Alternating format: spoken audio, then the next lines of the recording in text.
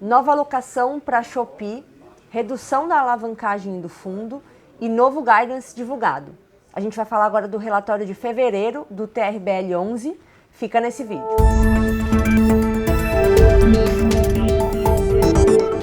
Bom, pessoal, estou aqui com a Alcides, que é gestora aqui do TRBL. Alcides, fevereiro, a gente até já fez um conteúdo específico sobre isso, mas acho que vale a gente trazer aqui um resumo. A gente divulgou aquela grande novidade para o fundo, que foi a alocação do nosso galpão de contagem para a Shopee. Explica qual a relevância desse nosso deal profundo para os resultados, para a sua visão de portfólio. Perfeito, Isa. É de fato uma alocação emblemática, né? Acho que a gente já abordou esse fato anteriormente, num vídeo especial, falando exclusivamente da alocação, mas de fato muito importante, né? Porque é um ativo com mais de 56 mil metros quadrados de ABL, um ativo emblemático para o fundo, né? Um ativo de alta qualidade e que com o contrato para a Shopee passa a representar 34% da geração de receita que o fundo deve ter. A gente está prevendo receber o primeiro aluguel a partir do mês de maio. Como a gente comentou em alguns detalhes sobre o contrato, tem duas condições resolutivas no contrato que, superadas, levam esse primeiro mês de carência a ser superado e a gente já recebeu o aluguel então em maio, né? E o fundo vai passar a gerar mais receitas, cai a taxa de vacância ali para muito próximo de zero, né? A gente está falando de 3,3%, então um nível operacional de funcionamento, de estabilidade de receita muito bom e acredito que por isso muito emblemático para o fundo, né? Era sem dúvida nenhuma a nossa prioridade aqui desde o meados do ano passado. E aí a gente até comenta aqui na página 7 do relatório que a gente fez um ajuste na área. Exatamente. Durante algumas vezes teve alguma modificação ali na especificação de área desse ativo e aí com a efetivação da alocação para a Shopee, a gente bateu o martelo na área, acho que é um caso a ser superado aqui, a gente não alterar mais essa definição de área. E aqui a gente está falando de área construída e locável, área que a Shopee vai usufruir utilizando o imóvel, então todo o potencial de geração de receita do ativo, tá? Então a gente olha lá, área de armazenagem, área do cross-docking, é super importante também, né, a cobertura da área de acoplagem das carretas ali nas docas, porque você precisa dessa proteção. Imagina, produtos de valor agregado que tem que estar protegidos ali de chuva, isso gera receita para o fundo, você tem área de apoio, então tudo que está em acordo com a BITS e com a matrícula do fundo, do ativo, do imóvel, está refletido nessa nova especificação que a gente está reportando nesse relatório, tá, Isa? Ótimo. Então, vamos falar um pouquinho da redução da alavancagem. Então, a gente chega aqui a uma alavancagem de praticamente 15%, né, acho que é um patamar bastante saudável. Comenta um pouco. Exato. A gente passou nos últimos 2 meses por 2 amortizações relevantes. No mês de janeiro, a gente já tinha programada uma amortização atípica, vamos dizer assim, que foge do padrão entre fevereiro e junho. E ela se devia aos recebíveis que a gente tinha da venda do ativo de Duque de Caxias, né? Então tinha um casamento lá entre ativo e passivo nos recebimentos. E como a gente teve no final do mês de janeiro o recebimento da parcela de julho, a gente decidiu antecipar também essa parcela da dívida que estava prevista para julho. Isso reduz o saldo da dívida, reduz o nosso saldo em caixa, né? Nesses 2 meses a gente quitou mais de 26 milhões, 26,7, sendo mais específico. Então a gente chegou no final de fevereiro com um saldo da... Bom, a gente falou então dessa novidade aqui para o fundo, falamos da alavancagem. Vamos falar então de guidance. A gente trouxe o novo guidance aqui para o fundo, tanto desse semestre quanto o que a gente está olhando ali, projetando de resultado recorrente, sustentável para o segundo semestre. Mas vamos falar um pouquinho agora do primeiro semestre. A gente trouxe os meses de janeiro a junho, com algumas bandas, né, para conseguir ter esse referencial do que é piso, o que é teto, nesse cenário mais conservador, otimista. Então a gente olha aqui, pensando nos meses que ainda temos por vir, praticamente 85 centavos, março, abril e maio, e um último mês carregando R$ 2,55 por cota. Essa é a nossa projeção. Explica um pouco desse racional. Perfeito, Isa. Então, nos meses de janeiro e fevereiro, nós anunciamos 70 centavos por cota, né? Ele já representa um aumento frente ao que venha sido pago no ano passado. E aí a gente tem uma composição de recorrente e não recorrente em função do recebimento pela venda do ativo de Duque de Caxias, né? A gente, inclusive, fala que essa venda ela gera um resultado dentro do semestre de 47,6 milhões. Então, esses 47,6 milhões serão distribuídos dentro do primeiro semestre. Olhando para março em diante, e aí falando março, abril, maio, a gente está aumentando em pouco mais de 20% esse rendimento a ser distribuído, e a gente decidiu não fazer um aumento ainda maior porque esse saldo em caixa é importante. O fundo passa por um momento de investimentos em CAPEX, de manutenção, e contar com esse caixa contribuindo para uma receita financeira, isso é super importante.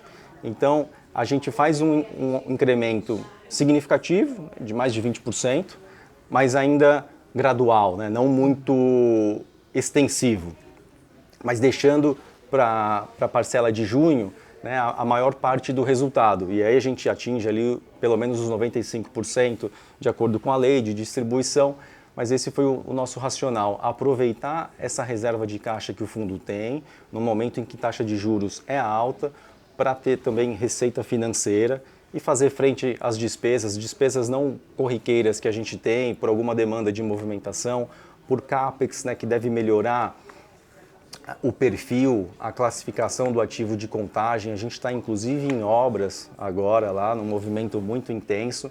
Então foi uma análise de fluxo, de despesas, que leva em consideração tudo que a gente tem para fazer dentro desse primeiro semestre, e ficou claramente para a gente que era importante fazer essa elevação na distribuição de forma gradual. Ótimo. Bom, vamos falar então do segundo semestre, porque o segundo semestre a gente já não vai ter mais essa parcela extraordinária. O fundo vai correr aqui com os resultados ordinários, recorrentes aqui dos aluguéis, né? Então, como que fica esse cenário pós esses extraordinários? Então, a gente trouxe aqui o guidance olhando uma banda de 0,43 a 0,50, a gente deve estar sempre aqui nesse meio do caminho. A gente até comenta que o FFO, né, que é aquele resultado operacional recorrente, ele está entre 45 centavos e 47 centavos por cota. Explica um pouco desse guidance, explica até também, acho que esse FFO, que é um número importante, que é onde o pessoal pode se guiar para o que é sustentável, né, o que é um yield sustentável para um recebimento de rendimento com o que o fundo gera hoje de resultado. Comenta um pouco. Perfeito, Isa. Nós fizemos um trabalho aqui de apuração, revisão, validação dos fluxos de receita, de despesas projetados, tanto para o primeiro semestre quanto para o segundo semestre. E a partir do segundo semestre, a gente visualiza hoje um período de recorrência, né? Acabam-se os recebimentos de Duque de Caxias e o fundo passa a operar depois de um longo período, né, com base só no seu recorrente. Nós revisamos também algumas despesas esperadas, que acabaram sendo maiores do que previstas inicialmente lá atrás, em 2025. E com essa composição, e inclusive com algumas reservas, né, por exemplo, nós temos lá uma reserva que não necessariamente ela acontece, de um fundo de despesas, que é da ordem de 2 centavos.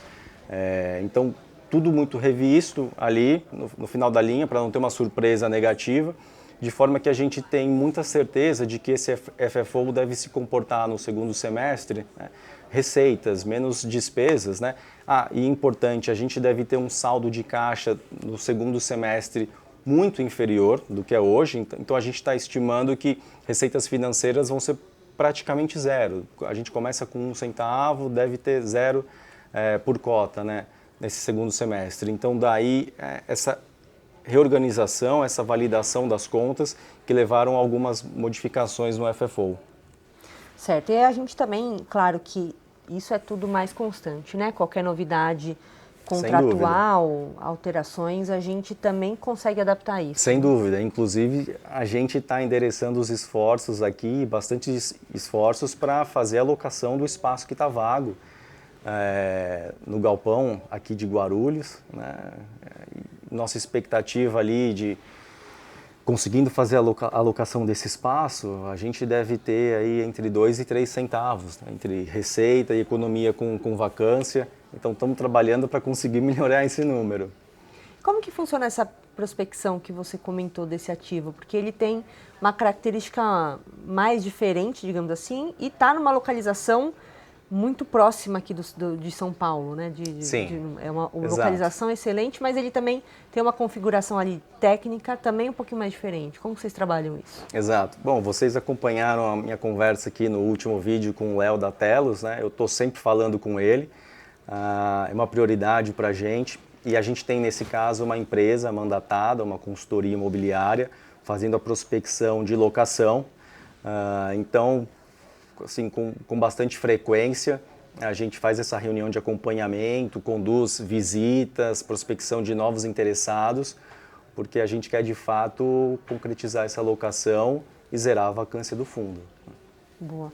Então, acho que só para a gente resumir, a gente passou por todos os pontos, mas acho que dá para a gente falar que a gente quer agora entrar meio que num voo de cruzeiro aqui, né? A gente tem hoje um portfólio bastante robusto, imóveis muito bons tecnicamente, localização leste-maio nos principais eixos, né, regiões metropolitanas, São Paulo, BH, Bahia, bons inquilinos, então a gente tem uma vacância muito baixa, a gente está pronto aqui para surfar uma recorrência importante e acho que uma boa, talvez até uma posição até mais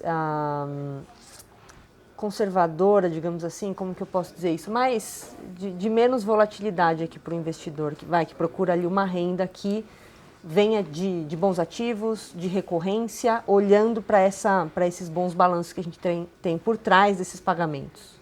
Sim, sem dúvida, concordo com você.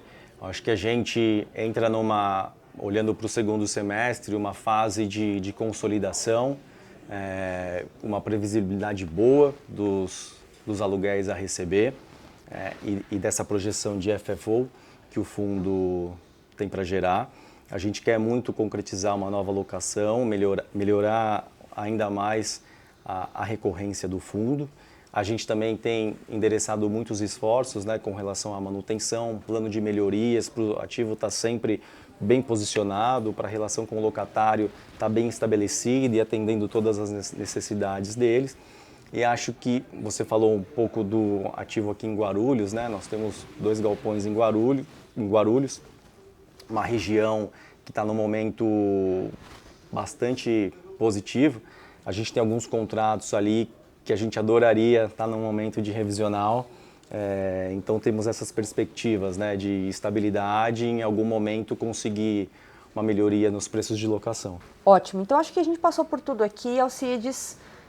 Vou encerrar então o nosso vídeo de fevereiro do TRBL. Estamos sempre por aqui, mandem dúvidas, sugestões, a gente está aqui super à disposição. Muito obrigada, pessoal, e até a próxima. Obrigado e obrigado, Isa. Obrigada.